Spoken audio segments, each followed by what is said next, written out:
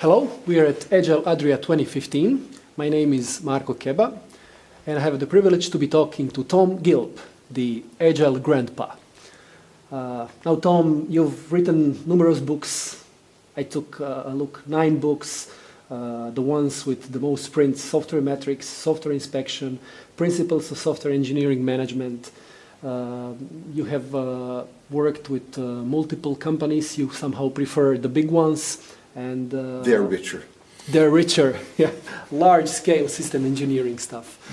And the interesting thing is that you were there from the very, very beginnings. So the EVO method has developed by you, has been there way, way before people think that Agile actually started. You know, somehow we are always thinking about the 90s and, you know, the multiple methods in the 90s meeting together and forming this new world in the 2000. And now we are hearing something like 1970s, which is like 20 years earlier. So that's when we started publishing results of many years' experience about it. Okay, so in 1970s we started publishing stuff that was happening before. Yes. So how did it all started? I mean, with the EVO method. Yeah, well, actually, I prefer to say my EVO method is not the same as other Agile methods at the same time. And I think it's better to take the broader perspective, okay? Okay. So I started doing what we would now call Agile, that is a delivery of an IT system in 20 increments of value delivery in 1960 on an invoicing project for an Oslo clothing manufacturer. 1960. 1960. Now, I was 20 years old. I did not go on any courses or any conferences. For me, it was just common sense. Do a little good stuff, check that it's good. If not, change it. If it is, do more good stuff until all good stuff is delivered. So I call this, in other words, the method I would call intelligent common sense. Okay? Common sense says you don't do gigantic things and fail. And you do a little bit at a time, and you try to prove that things are not just done or built, but when you have to transfer them to a user of some kind or stakeholder and make sure that they are happy too. And when they are happy, value is delivered, then move on, build more. That was my method. It was pure, let's call it intuition is another word for intelligent common sense. Why should we do anything otherwise? Now, here's the thing. At the same time, we didn't, you know, we had very small computers. Like my first proper computer was an IBM 1401. That means 1K of memory for all programs and data in the primary speedy memory. Okay? So we had small programs and small projects, okay? We didn't have big projects. It didn't exist. We just coded something and it went on the air the next day practically. So okay? you were a programmer on the project that you mentioned? Yeah. I mean, I was a programmer for 20 years. Okay. In fact, before I was a programmer, in '58, I was a plug board plugger, because all the early computers even had plug boards for things like printer functions. You didn't program them, you plugged them.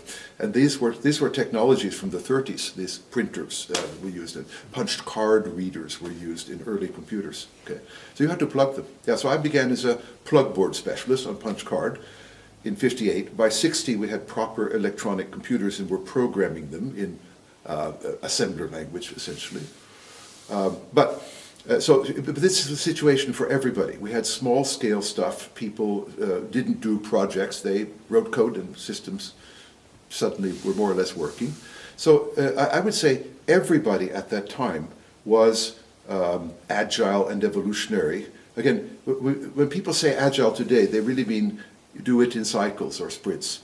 Mm-hmm. That's what they really mean, what it boils down to. It doesn't mean you're having a stand-up meeting. The essence of all uses of that word agile are doing things in small cycles and incrementing. Okay. Yeah. Everybody was doing that. Compared to doing a big project with... There was no big projects. When you say people mean agile as incremental and iterative compared to... That was just the weight. way we programmed and built systems. Okay. Even in early days, we had a wonderful little thing on the IBM 1401, which was it was a Fortran interpreter, and we could compile in about 1 minute the whole thing. So we could do very fast 1-minute iterations of the logic and see how it worked. I'm sorry, just for the matter of discussion, was there others that were not doing it that way, or was it just intuitive for you to? Okay, largely, what I was trying to say, almost everybody approached it this way. Okay. You ask any old programmer, did you do a little bit of programming and put it in there, see if it worked that day, and do a little bit more? The answer, I think everybody would say they were doing that. That was how we worked. The that was intuitive for you? Or? Yeah, you had a little task, and most of it could be done in a day or so, or a few days, and you just did it. So we were doing cycles our cycles were often, we had to compile. Sometimes early COBOL programs could take an hour to compile. That's why it was so sensational. You could get Fortran interpretation within 30 seconds. Then we could take shorter cycles. Okay? But a long cycle was an hour of compiling, and then you could try it out. But still, we could do many trials in a day, which begins to look like lean startup, which is doing 50 or 60 things per day. We were doing that. Okay. Everybody was. It was just the working environment we're in. Now, the only exceptions were like IBM itself had gigantic projects staffed by hundreds of people they called the Chinese Army. And they were building the new operating systems for the IBM 360 and compilers. So they were gigantic projects. And these are the things that Fred Brooks wrote about in his book Mythical Man Month, things like that, where he was looking at the first really big projects. And there were some early military projects using agile methods. Okay, Craig Larman did some wonderful tracing back from practices in the 70s at IBM Federal Systems Division under Hardin Mills called Clean Room. Anybody can Google Clean Room. This was doing 2% increments of delivery to stakeholders and users and measuring what happened and learning and changing. This is agile. When was that? This was from 1970 to 1980, when it was first reported in IBM Systems Journal number 4, 1980. But what Craig Larman did, he took that from me. It was first I'd ever heard of anybody else doing it. Okay, it was 10 years after I was doing it, but the first time I'd heard of anybody else doing it. But we weren't on a network. We didn't have very good communication. Lots of Agile was being done in parallel, unknown to everybody. We just didn't have an internet, and we didn't have conferences. Okay, so we didn't communicate. But everybody's doing it. What Craig Larman did, he went to the clean room people, Harlan Mills and Robert Quinn and others, and he said, where did you get these ideas from? And they pointed backwards, back to the early rocket projects, the Mercury projects, the X-15 projects, and things like that. So in other words, all the early projects did this even in a hardware way, and then they started getting more and more software. So they did the software incrementally. Okay, so they literally passed on this custom of doing small increments of value to the group at IBM Federal Systems Division, who did the large-scale, very large military and space projects, such as the LAMPS project for ships and the Space Shuttle ground software, which were big projects. But they were done in, let's call it 2% increments. A 4-year project had monthly increment. Each increment was delivered on board a ship for real sailors to try.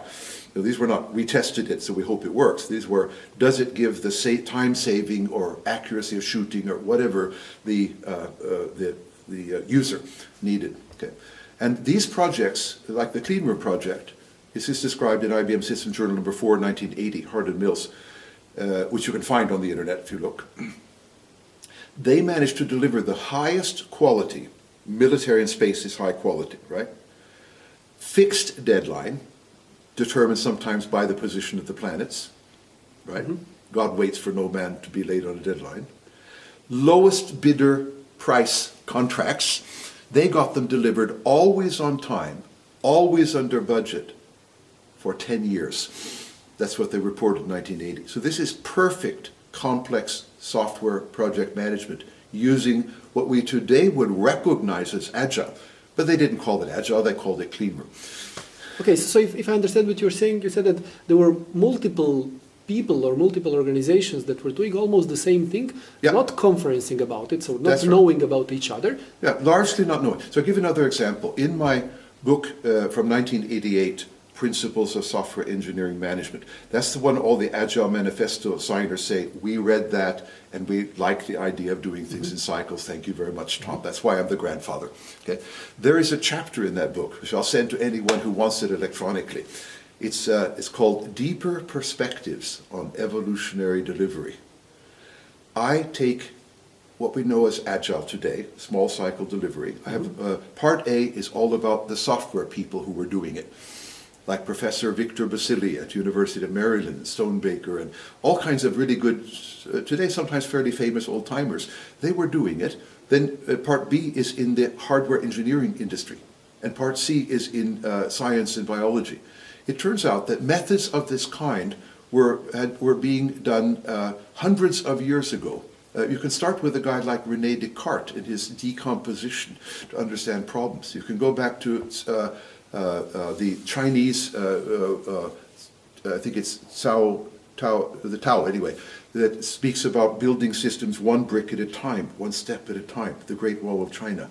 You know, this is ancient Chinese philosophy to do things one step at a time, to build really big things like the first man-made structure, the wall, that can be seen from space. Not to mention the Chinese dynasty, which is doing just fine right now, turns out. So how did it all, we're talking about the 70s now, and stuff being, as you explained. The 70s was like clean room, was the dominant thing we know about today, where they were doing this and succeeding. They were doing something different from Agile today. You see, the Agile Manifesto guys who popularized this made one very bad mistake, and I've told them all personally. They forgot, they had the idea of doing, instead of Big Bang, we'll write all the code and then we'll deliver it. They said, we'll write the code and we'll check it out, make sure it has no bugs, has the right functions in small increments, and we'll hope that if we burn down the burn down chart, we'll have delivered the user stories and the user will get value. But they forgot to address value. Value are things like the user friendliness of the system. These are qualities. The security of the system, okay? The performance of the system. And the Agile Manifesto totally failed to address performance, cost, and quality at all. They're just addressing functionality. So they are, if you like, the Agile as we know it today is basically a thing to speed up the coding, get greater velocity. That's what a person like Jeff Sutherland emphasized, 10 times the velocity. But the problem is, it may be 10 times the velocity of bad stuff and irrelevant stuff. Okay. 10 times faster junk is still junk. And what we need to do is shift our focus, and we're still, even Jeff Sutherland, even at Agile in Poland, made a remark that amused me greatly, and I told him so. He said, without Scrum, we have total failure rate of IT projects 40%. With Scrum, we only fail 19% of the time. And I find this highly amusing. What about like Clean Room decades earlier, 0% of the time? I think IT projects, if done properly, if they focus on values and costs, not just functionality of code, I think they can do exactly like Clean Room and all of my clients do with Evo and have zero failure. So you're saying that the actual failure of whatever, 19% or 40 or 50% is coming from doing the wrong things, not from doing them. Failure is very simple to define. Failure means that the values of the key stakeholders were not satisfied. Therefore, they refused to use your product or take it into use or pay for it or something like that. So it could be a failure to be user-friendly enough. There are some products, like my Pebble watch, I just laugh at. You've got to be kidding. It's so user-unfriendly, it's incredible. But I bought it anyway while waiting for my Apple Watch, which I know is fantastically user-friendly. But I had to wait a long time to get it. You know, it's like the old difference between a Nokia telephone and an iPhone, which changed the world a little bit. Okay, so consumers will go where it's user-friendly and secure and cheap and fast. Okay, and if you don't satisfy those things, your product, service, or product will fail. And we are terrible. I mean, the Agile community doesn't even mention the word stakeholder. They think they're being good boys by focusing on customer and user. But you know, there are about 48 other stakeholders in any other project, like European law for privacy. Okay, so we need to, when I train people to think about this, I said, you must first think about the stakeholder picture. These are all instances that have requirements that you must respect or you die. And user and customer are very important, but they're only a small part of the picture. So you have to get a hold of, for example, somebody who might review your product may never use it, and never buy it, but they will review it. If they give it a bad review, nobody will buy it. So you have to satisfy what a reviewer is going to look for. To take an example in marketing. Okay, and there are lots of these instances out there that you have to figure out, what do I have to do so my product succeeds or my service succeeds? And we're very bad at it. It's called this business analysis or requirements analysis. We think requirements are things like user stories and use cases, and they are not.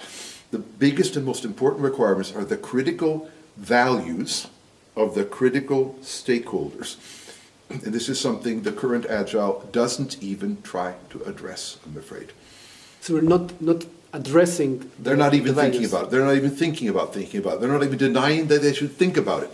The problem with Agile as we know it, if you boil it down, it's largely a programming discipline for programmers to make coding go faster. Fine. But what about controlling those things that determine success and failure with the whole thing? And that's just not being managed. There's a vacuum there. Literally a vacuum. Therefore, even Scrum has, according to Jess Sutherland, a 19% failure rate. Okay? Now that's pretty bad when the failure rate, if you're satisfying your stakeholders, the failure rate should be close to zero. That's what we as a community have to aim for, zero failure of projects. We are serving businesses and society, just talking to a man who's doing health systems in Croatia here. You know, we can't have failed health systems killing people because IT people can't get it straight. You know, these have to be nurse-friendly, okay? They have to be highly secure. They have to be almost bomb-proof in war, to take another example. Highly robust and things like that. And we're not even there's no idea of architecture or design or quality in the Agile Manifesto style of things like Scrum, XP, etc. The people developing this admit that. They don't deny it. They admit in principle we should be doing it. They're thinking of it, but it's not happening. Okay, and the actual developers that you have mentioned, the talk that you have given today was power to the programmers. Okay, so part two of our... What does that mean? What does it mean, and why is this smart? What I found is that I've been observing things for about 55 years. And I've observed managers and architects trying to determine, you know, what are the goals of the project, what is the architecture project, and then it gets programmed for 5 years. Okay? And long story short, this always fails. And there are observers like Tom Peters, the management consultant, who's been observing for decades that the big projects always fail, including all the big IT projects. You only have to key into Google failed IT projects to get about 70 million hits. Okay, so we are notorious, and everybody in public knows it for our failure rate. We should be ashamed. When I was young, we used to be proud. I'm a programmer, you know. Today, so oh yeah, so that's the one who the health system or the anti-terror system was 6 years late and everybody died. We are a scandal. We are a shame. You know, we should be normally succeeding in getting things done on time, under cost, to the right quality levels. We should be proud that we have delivered good stuff to society. We don't even have that ideal, and I'd like to suggest the ideal to the listeners. You know, you should be in the business of succeeding and delivering useful value to society. That's the job. If you merely want to be a coder, go away. Okay? You want to help society with IT systems, software systems, have that as your highest ideal. Whatever I do, whether I code or don't code, what my software, hardware system will deliver value to the society, the business and the citizens. So is the failure tied to the programmers not having the power? Is that what the problem is? Okay, so back to that. So part one was there was a lot of dictation from the top. I'm a manager, I want that.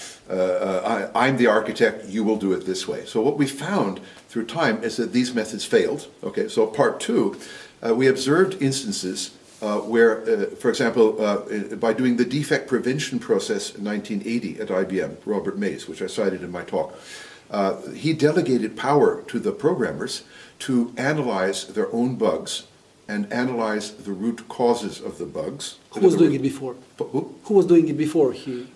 Managers, directors, outside consultants. Okay. Anybody but the programmers. They were Okay. just told what to do. Accenture or somebody would come in and say, here's a whole new organization thing, charge $50 million. It would never work. But the director said, we have paid all this money from these wise consultants, so you are going to do this. Programmers totally powerless. They were just slaves told what to do. You will do Agile. You will do Lean. You will do whatever was popular. Okay? So the programmers had no say in it largely. Okay? Now, what happened was in 1980, Robert Mays figured out that if we delegate the analysis and decision-making to the people who cause the bugs or wrong requirements or something like that, the troops, grassroots, if they analyze what's wrong, two things will happen. Number one, they will get it right. They made the mistake and they know why. Managers have no idea. The outside consultants from Accenture have no idea. They're just too far away from the troops, okay? So he got the right people analyzing. Then he got the right people deciding what to do. You see, an outside consultant will suggest something very expensive that they'll earn a huge profit on, okay? Okay. But the programmer won't do that. They'll suggest things like, if I'm tired, I shouldn't come to work until I've slept enough. Simple things like that, you know? If there are disturbances in my work environment, I should have a private office. They'll decide simple little things like that that make them productive. So it turns out whatever the programmers suggest will probably be accepted and desired by all the programmers. Whatever the managers and outside consultants suggest, there's another agenda there. They will never, so for example, at IBM in Minnesota, in a 10-year period, they had almost 1,822 process changes. This is not one big idea. This is 1,822 small changes that have big leverage and big effect. One change may prevent 10,000 bugs. And the one change just might be a slight improvement to a training course for all the thousands of new employees. Mm-hmm. So in other words, by delegating, things got practical, realistic insight. And actually the programmers love this. It's a fun job to take a little break from the coding and the testing to analyze why are we committing so many bugs. And it's almost like a nice little puzzle. You know, some like Sudoku, like my wife, and I like solving problems like why are these bugs occurring? Finding the common cause, the root cause. Okay, I like thinking of an idea that might cure it and trying it out and see if it works. So we empower the programmers to even try out the ideas themselves and see if it works. And if it works, spread it to the corporation or something like that. Meaning by changing the system that produced it in the first place. Exactly. Okay. What we're doing is we're killing off the root cause. See, a root cause could be that they're improperly trained, or they don't have a tool, or they don't have enough time, or whatever it is. But the root cause, the thing about a root cause, it's a root cause of a commonly occurring error. That is, there are thousands of them. And in a large organization of 10,000 programmers, every programmer may do this 50 times a year. So if you can find the root cause in one day and make a change and figure out how to get rid of it, you've just saved thousands and thousands of bugs, for example. And managers don't operate at that level of thought at all. They want to buy a big package from a big company. You know, okay, 5-year program to go lean. That's exactly what some of the top executives do. So everybody has to go to Lean course and everybody plays the game. But, you know, to try and get some quantified results from all this effort of Agile and Lean. Lean a little better than Agile. Agile has almost nothing good to say for itself. I asked just 1 hour ago, one person here from Croatia, if he's doing a lot of Agile at a large company in Croatia, and I said, can you give me some numbers for what has happened and what has improved? And the simple answer was, no, we don't collect the data. Okay. In other words, you're doing something at great expense, but nobody can say what the value is because they're not even bothering to measure. In fact, they didn't even have a clear idea before they started what they should be improving numerically. So they have no agenda to measure that they're getting what they didn't ask for. They are buying things like Agile as a religious faith thing. Do Agile, life will be better. Meaning we were not measuring value before we started it, we are not measuring value you see, as we are doing it. If you're pushing somebody and say, oh, but we are measuring the value, it's going faster. And it is. And you can measure that, okay? But the project failure rate, well, yes, we're measuring that. We only have half the project failure rate. Only half of our patients die now, you know? But what about observing that long ago, in a time far away, on a planet such as this, in 1970s and before, people were having zero defect projects in large-scale software. They were delivering very high quality, military and space quality, on time, by the deadline, below the budget, no project overruns. That's what Clean Room was doing, okay? And similar agile projects were doing that. And so we knew how to get zero defect in project delivery, in success. Well, but I asked people, have you ever heard of these methods, like DPP and Clean Room? Nobody in the room raised their hand to my lecture today, except one man, Ben Linders, who, of course, has studied these things for years and is one of our lecturers at the conference. Okay, but so what somehow went wrong? People forgot the history. And as Santayana said, those who do not learn from history are doomed to repeat it. So we are repeating the early history of failures that caused people to develop these agile methods in the 70s and before. We have totally forgotten what we learned. Why does this happen? Do not we write it down? It was written down in IBM System Journal, 1980, for example. So it's written. Well, it wasn't quite on the internet for a while. Okay. Shouldn't professors at universities be teaching these things? No. Why not? Because they never got taught. They never did it. There's a total breakdown in communication of what has worked well in the past, which is why, and there are very few people like me. I'm 74 years old, okay, I started at 17 and I'm still going strong, right? The other guys are retired, so they know this stuff, but they're retired. So they're not teaching, they're not consulting, they're not managing, they've gone. So the wisdom, the chief medicine man and chief of the tribe have left, and all the young braves are there, going out fighting stupid wars and getting all killed because they haven't learned how to make peace or something like that. But the other tribes. So it is learning that is failing, basically. It is, yeah. We know how to succeed in both zero defect quality. Clean Room was about zero defect quality, full stop. That's why it's called Clean Room. Okay? Clean Room also happened to deliver on time, under budget, all qualities that the military and space were asking for. We have known how to do this on a large scale, publicly published 1980, practiced since 1970, but nobody in the room has ever heard of this. Of course, they weren't even born in 1980. I had a subscription to IBM System Journal, and I later met Harden Mills and the gang, got to know them personally. I know what happened, because I was alive. That's why you need grandfathers and old medicine men and people like that to remind you of what we have already learned the hard way. Okay, thank you very much, Grandpa, for reminding us of that. My pleasure. Now go out there and make the projects better. Huh? Okay, thank you. 20 years earlier. So that's when we started publishing results of many years' experience about it. Okay, so in 1970s we started publishing stuff that was happening before. Yes. So how did it all started? I mean, with the EVO method. Yeah, well, actually, I prefer to say my EVO method is not the same as other agile methods at the same time. And I think it's better to take the broader perspective, okay? Okay. So I started doing what we would now call agile, that is a delivery of an IT system in 20 increments of value delivery in 19... And the interesting thing is that you were there from the very, very beginnings. So the EVO method has developed by you, has been there way, way before people think that Agile actually started. You know, somehow we are always thinking about the 90s and, you know, the multiple methods in the 90s meeting together and forming this new world in the 2000. And now we are hearing something like 1970s, which is like... Hello, we are at Agile Adria 2015. My name is Marko Keba, and I have the privilege to be talking to Tom Gilb, the Agile grandpa. Now, Tom, you've written numerous books. I took a look, 9 books, the ones with the most prints: Software Metrics, Software Inspection, Principles of Software Engineering Management. You have worked with multiple companies. You somehow prefer the big ones, and they're richer. They're richer, yeah. Large-scale system engineering stuff. 1960, on an invoicing project for an Oslo clothing manufacturer. 1960. 1960. Now, I was 20 years old.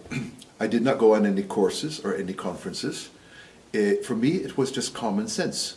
Do a little good stuff, check that it's good, if not, change it, If it is, do more good stuff until all good stuff is delivered. So I call this, in other words, the method I would call intelligent common sense. Okay? Common sense says you don't do gigantic things and fail, and you do a little bit at a time, and you try to prove that things are not just done or built, but when you have to transfer them to a user of some kind or stakeholder and make sure that they are happy too. And when they are happy, value is delivered, then move on, build more. That was my method. It was pure, let's call it intuition is another word for intelligent common sense. Why should we do anything otherwise? Now, here's the thing. At the same time, we didn't, we had very small computers. Like my first proper computer was an IBM